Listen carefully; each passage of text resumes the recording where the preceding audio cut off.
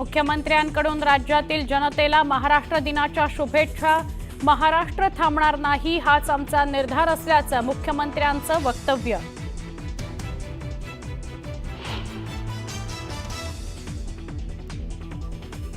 पंतप्रधान नरेंद्र मोदी आज मुंबई दौऱ्यावर। वेव्हचे मोदींच्या हस्ते उद्घाटन। मोदींच्या दौऱ्यानिमित्त मुंबईत पोलिसांचा कडक बंदोबस्त।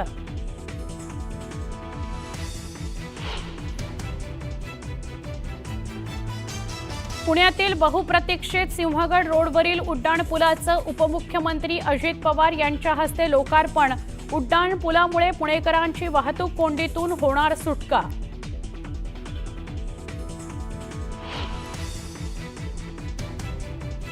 बुलडाण्यातील भेंडवळच्या प्रसिद्ध घाटमंडणीतून वर्तवली धक्कादायक भाकीतं। भारत पाकिस्तान युद्धाबाबत स्पष्टता नाही। युद्ध जर झालं तर महायुद्ध होईल असंही भाकीत।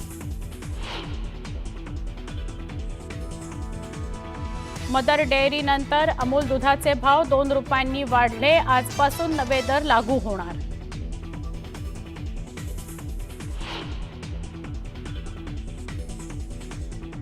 एटीएम मधून पैसे काढणं महागणार। मर्यादेनंतर पैसे काढण्यावर 23 रुपये तर बॅलन्स चेक करण्याकरता 11 रुपये चार्ज आकारणार। आजपासून नवे नियम बदलणार।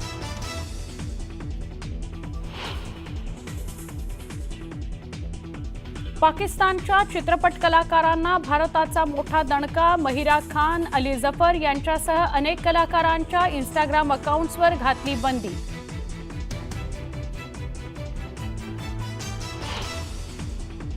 पाकिस्तानकडून पुन्हा एकदा शस्त्रसंधीचं उल्लंघन। काश्मीरच्या कुपवाडा, उरी, अखनूर सेक्टरमध्ये पाकड्यांचा गोळीबार।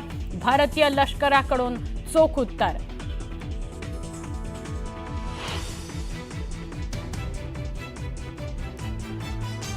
महाराष्ट्र दिनानिमित्त पंढरपुरातील विठ्ठल रुक्मिणी मंदिरात आकर्षक फुलांची सजावट। तब्बल 2 टन फुलांचा वापर करून मंदिराला नयनरम्य सजावट।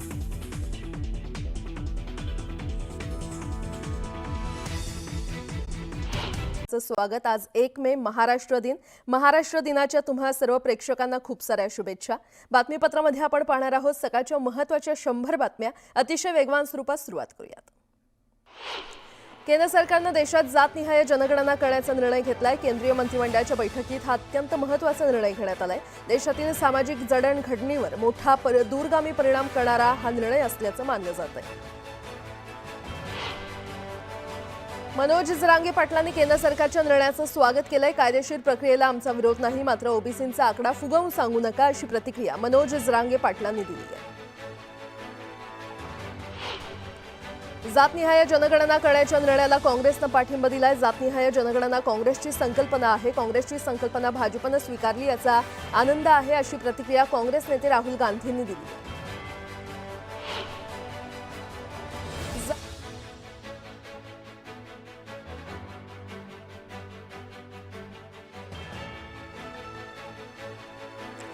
जातनिहाय जनगणना करण्यासाठी आम्ही केंद्र सरकारवर दबाव आणला होता। आता आरक्षणावरील 50% मर्यादा हटवायला हवी अशी मागणी राहुल गांधींनी केली आहे। जातनिहाय जनगणना करण्याच्या निर्णयाची कशा प्रकारे अंमलबजावणी केली जाणार हे केंद्र सरकारनं स्पष्ट करावं अशी मागणी राहुल गांधींनी केली आहे। या जनगणनेसाठी अर्थसंकल्पात तरतूद करायला हवी असं ते म्हटलंय। जातनिहाय जनगणनेचा निर्णय ऐतिहासिक असून मोदी सरकारच्या निर्णयामुळे मागासवर्गीयांना न्याय मिळेल अशी प्रतिक्रिया मुख्यमंत्री देवेंद्र फडणवीस यांनी दिली आहे। तर काँग्रेसनं या जनगणनेला सतत विरोध केला होता अशी टीका देखील त्यांनी केली। जातनिहाय जनगणनेचा निर्णय घेतल्यानंतर उपमुख्यमंत्री एकनाथ शिंदेंनी पंतप्रधानांचे आभार मानलेत। पंतप्रधान नरेंद्र मोदींनी ऐतिहासिक निर्णय घेतला। या निर्णयामुळे दूध का दूध पानी का पानी होईल अशी प्रतिक्रिया उपमुख्यमंत्री एकनाथ शिंदे यांनी दिली आहे। संविधान बचावच्या उठसूट बाता मारणाऱ्या काँग्रेसची अवस्था आता सहन होत नाही आणि सांगताही येत नाही अशी होणार आहे अशी टीका एकनाथ शिंदेंनी केली आहे। आपली वोट बँक सांभाळण्याच्या स्वार्थापोटी काँग्रेसनं अशी जनगणना होऊ दिली नाही असं शिंदे म्हटलं। जातनिहाय जनगणना करण्याच्या निर्णयाचं राष्ट्रवादी काँग्रेसचे प्रदेशाध्यक्ष सुनील तटकरे यांनी स्वागत केलंय। राष्ट्रवादीनं जाहीरनाम्यात ही मागणी प्रसिद्ध केली होती। केंद्र सरकारनं निर्णय घेतल्याबद्दल तटकरे यांनी पंतप्रधान मोदींचे आभार मानले। जातनिहाय जनगणनेची घोषणा केवळ बिहार निवडणुकीपुरती मर्यादित न राहता त्याचा फायदा ओबीसी समाजाला प्रत्यक्षात व्हावा अशी अपेक्षा काँग्रेस नेते विजय वडेट्टीवार यांनी व्यक्त केली आहे। ही घोषणा हवेत विरून न जाता प्रत्यक्षात अंमलबजावणी होणं गरजेचं आहे असं वडेट्टीवार म्हटलंय।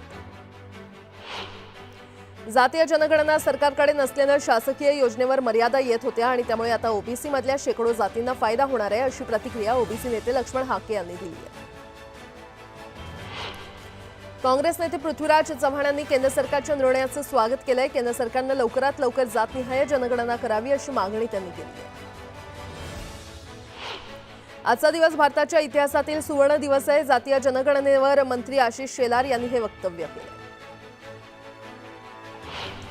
चंद्रपूरमध्ये ओबीसी बांधवांनी फटाके फोडून आणि जल्लोष करून जातनिहाय जनगणनेच्या निर्णयाचे स्वागत केलं। यावेळी ओबीसी बांधवांनी पंतप्रधान मोदींचे आभार मानले। नाशिकमध्ये भुजबळ समर्थकांनी आणि अखिल भारतीय महात्मा फुले समता परिषदेसह अनेक ओबीसी बांधवांनी जल्लोष केला। एकमेकांना लाडू भरवत ओबीसी बांधवांनी आनंद साजरा केला। धाराशिवमध्ये शिवसेना जिल्हाध्यक्षांच्या बॅनरवर तानाजी सावंत यांना स्थान दिलेलं नाही आणि त्यामुळे तानाजी सावंत यांच्या नाराज असल्याच्या चर्चांना उधाण आलंय। अदिती तटकरेंना एक दिवसासाठी झेंडा वंदनाचा मान देण्यापेक्षा कायमस्वरूपी मान द्या, पालकमंत्री पदावरून भाजप नेते पंडित पाटील यांनी ही मागणी केली आहे।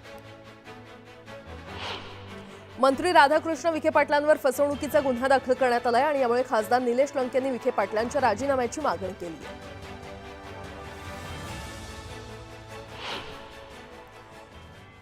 आणि आता एक सविस्तर बातमी पाहूयात। मुंबईतील बीकेसी येथील जिओ वर्ल्ड सेंटर इथे 1 ते 4 मे 2025 पर्यंत वर्ल्ड ऑडिओ व्हिज्युअल एंटरटेनमेंट समिटचं आयोजन करण्यात आलेलं आहे। या कार्यक्रमाचं उद्घाटन पंतप्रधान नरेंद्र मोदी यांच्या हस्ते होणार आहे। या कार्यक्रमाचं यजमानपद महाराष्ट्र शासनाकडे असून मुख्यमंत्री देवेंद्र फडणवीस यांच्या नेतृत्वाखाली हे आयोजन होतंय। परराष्ट्र मंत्री एस जयशंकर, केंद्रीय रेल्वे मंत्री अश्विनी वैष्णव, मुख्यमंत्री देवेंद्र फडणवीस आणि उपमुख्यमंत्री एकनाथ शिंदे आणि अजित पवार उपस्थित राहणार आहेत। 4 दिवसीय सोहळ्यात विविध कार्यक्रम असणार आहेत।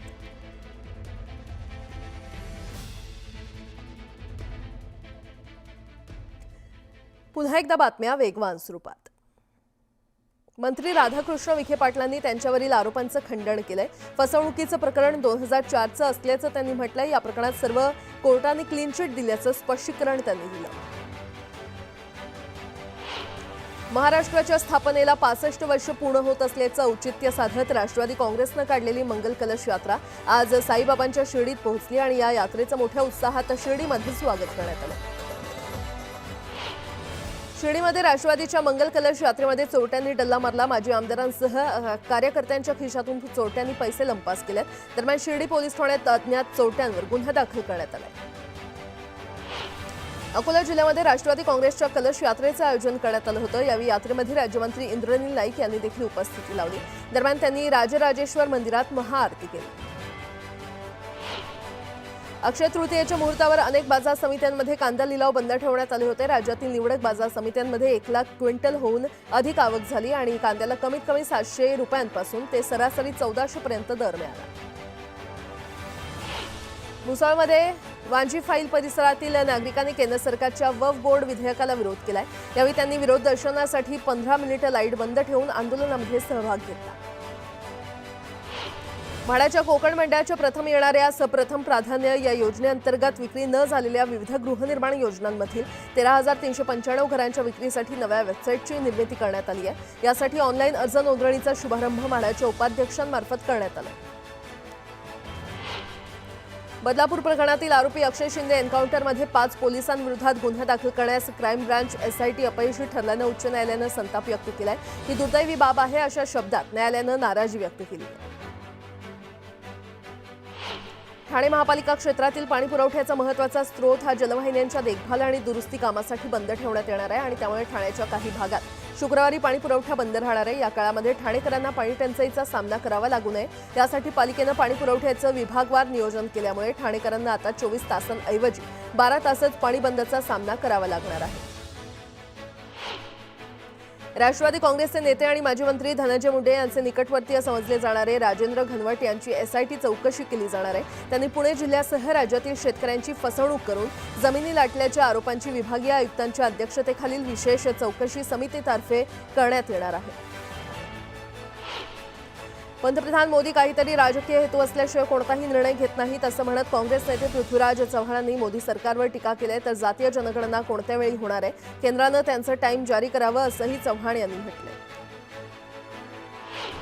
नंदुरबार जिल्ह्यातल्या नवापूर शहरात एका होलसेल किराणा दुकानाला बुधवारी आग लागल्याची घटना घडली. आगीच्या धुराचे लोट दूरपर्यंत पसरल्यानं नागरिकांमध्ये भीतीचं वातावरण निर्माण झालं होतं. अग्निशमन दलाच्या तत्परतेमुळे आगीवर नियंत्रण मिळवलं असून आगीमध्ये लाखोंचं नुकसान झालंय. नंदुरबारच्या उमरते गावात खंडेराव महाराजांच्या यात्रोत्सवानिमित्त 12 गाड्या ओढण्याचा कार्यक्रम पार पडला. या उत्सवात मोठ्या संख्येनं भाविक सहभागी झाल्याचं पाहायला मिळालं. जळगावच्या चाळीसगाव शहर पोलिसांनी मालेगाव रोडवर वाहन तपासणी दरम्यान मोठी कारवाई केली आहे. या कारवाईमध्ये पोलिसांनी 42 किलो जप्त केलेला आहे. तर या प्रकरणी मालेगाव येथील शेख नदीम शेख बशीर या आरोपीला अटक करण्यात आली आहे.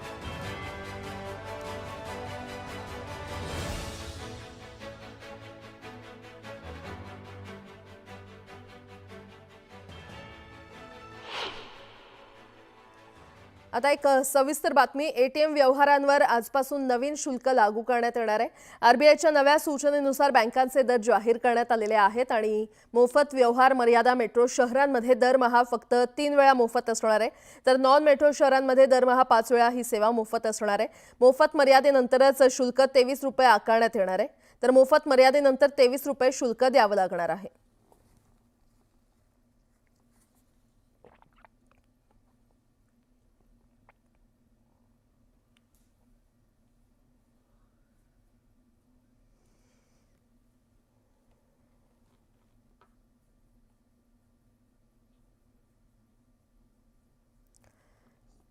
आपण पाहतोय अतिशय महत्त्वाची बातमी. एटीएम व्यवहारांवर आजपासून नवीन शुल्क लागू करण्यात येणार आहे. आरबीआयच्या नव्या सूचनेनुसार बँकांचे दर जाहीर करण्यात आलेले आहेत. मोफत व्यवहार मर्यादा मेट्रो शहरांमध्ये दरमहा फक्त 3 वेळा मोफत असणार आहे आणि त्यानंतर दरमहा शहरांमध्ये 5 वेळा ही सेवा मोफत असणार आहे. मदर डेअरीनं दूध दरात वाढ केल्यानंतर आता अमूलनं सुद्धा दुधाच्या दरामध्ये वाढ केलेली आहे. दुधाचे दर हे प्रति लिटर 2 रुपयांनी वाढवण्यात आलेले आहेत. अमूलचे नवे दर 1 मे पासून लागू होतील. देशभरात दूध दरात वाढ करण्यात आली आहे. अमूलनं म्हशीच्या दुधासह standard, gold, Amul slim and trim, Amul चाय मजा, अमूल ताजा, अमूल गाय या दुधांच्या दरात वाढ केली आहे. दुधाचे दर प्रति लिटर 2 रुपयांनी वाढवलेले आहेत. आजपासून हे नवे दर लागू करण्यात आले.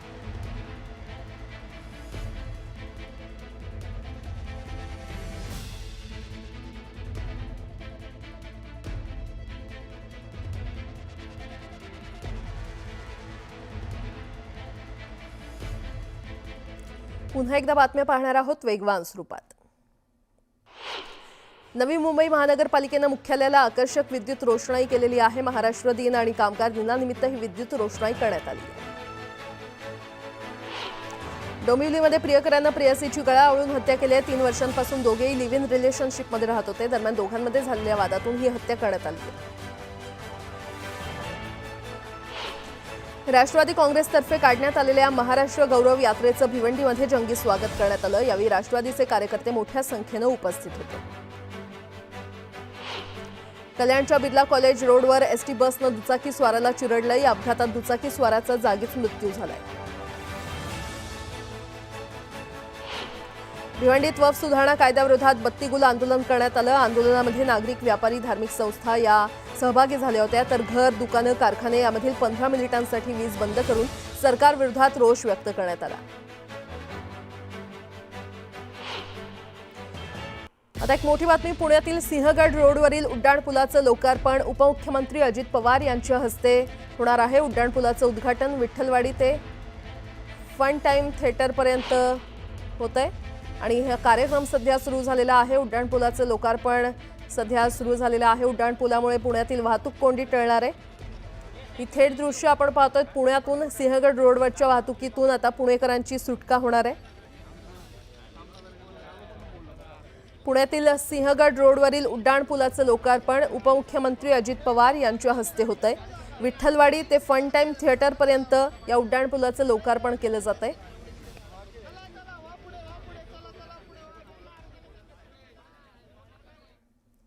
पुन्हा एकदा बातम्या वेगवान स्वरूपात. पाकिस्तानमधील पाकिस्तान पीपल्स पार्टीचे खासदार पलवशा मोहम्मद जई खान यांनी दरपोक्ती करत भारताला धमकवण्याचा प्रयत्न केलेला आहे। अयोध्येमधील नव्या बाबरी मशिदीची पहिली वीट पाकिस्तानी लष्करातील सामान्य सैनिक लावेल असा फाजील आत्मविश्वास त्यांनी व्यक्त केला आहे। अमरावतीमध्ये बौद्ध बांधवांनी जिल्हाधिकारी कार्यालयावर मोर्चा काढला। बुद्धगया येथील महाबोधी विहार बौद्ध धर्मीयांच्या ताब्यात देण्याची मागणी आंदोलकांनी केली। धाराशिवमध्ये विविध मागण्यांसाठी सुरू असलेलं आंदोलन मागे घेण्यात आलंय। प्रताप सरनाईकांच्या आश्वासनामुळे हे आंदोलन मागे घेण्यात आलं। नांदेड जिल्ह्यातील पाणीसाठ्यात सातत्यानं घट होत आहे। जून महिन्याच्या अखेरपर्यंत पुरेल इतका पाणीसाठा शिल्लक आहे, तर पर्जन्यमानाला विलंब झाल्यास नांदेडमध्ये पाणी टंचाई होण्याची शक्यता आहे। अमरावतीच्या धारणीमध्ये खासदार बळवंत वानखेडेंनी पाहणी दौरा केला। यावेळी त्यांनी पाणी टंचाईचा आढावा घेतला। दरम्यान प्रभावी उपाययोजना करण्याच्या अधिकाऱ्यांना सूचना केल्या। पेणमध्ये रायबादेवीची यात्रा मोठ्या उत्साहात संपन्न झाली। या यात्रेला 150 वर्षांची परंपरा आहे। देवीच्या दर्शनासाठी लाखो भाविकांनी गर्दी केली होती। रत्नागिरीच्या बाजारपेठेत हापूस आंब्याची आवक वाढली आहे। यामुळे आंब्याला 500 ते 700 रुपये दर मिळतोय। दरम्यान आंबे खरेदीसाठी नागरिकांनी मोठी गर्दी केली आहे। बीड शहराला पाणी पुरवठा करणारी पाईपलाईन फुटली आणि यामुळे लाखो लिटर पाणी वाया गेलंय। पाणी वाया गेल्यानं नागरिकांनी नाराजी व्यक्त केली आहे। दरम्यान तातडीनं पाईपलाईन दुरुस्त करण्याची मागणी नागरिकांनी केली आहे। गोंदियाच्या कृषी विभागानं खरीप हंगामासाठी नियोजन केलंय। 2,18,000 हेक्टरवर भाताची शेती केली जाणार आहे। 50% शेतकऱ्यांचे घरचे बियाणे आणि 50% बाजारातील बियाणे याप्रमाणे कृषी विभागानं नियोजन केलंय। धाराशिव जिल्हाधिकारी कार्यालयासमोरील कचरा डेपो दुसऱ्या ठिकाणी हलवण्याची मागणी करण्यात आली आहे। तातडीनं कचरा डेपो हटवण्याची मागणी महाविकास आघाडीच्या कार्यकर्त्यांनी केली आहे। शहापूर तालुक्यातील समृद्धी महामार्ग 1 मे नंतर सुरू होणार आहे। कोळकेवाडीमध्ये टोलनाका सुरू झाल्यानंतर शहापूर तालुक्यात वाहतुकीचा ताण वाढणार आहे। चंद्रपूरच्या इराई नदीच्या खोलीकरणाच्या कामाला वेग आलाय। 45 दिवसात खोलीकरणाचं काम पूर्ण केलं जाणार आहे आणि यासाठी 17 कोटींचा निधी खर्च केला जाणार आहे। माओवाद्यांच्या गडामध्ये जवानांनी तिरंगा झेंडा फडकवलाय। गेल्या 9 दिवसांपासून माओवाद्यांच्या विरोधात 3 राज्याच्या सीमेवर असलेल्या करेगट्टाच्या पर्वत रांगांमध्ये जवानांचं मोठं ऑपरेशन सुरू आहे। यातील 2 मोठ्या पहाडी असलेल्या धोबे पहाड आणि निलमसराय या 2 मोठ्या डोंगरांवर जवानांनी आपलं वर्चस्व मिळवलं।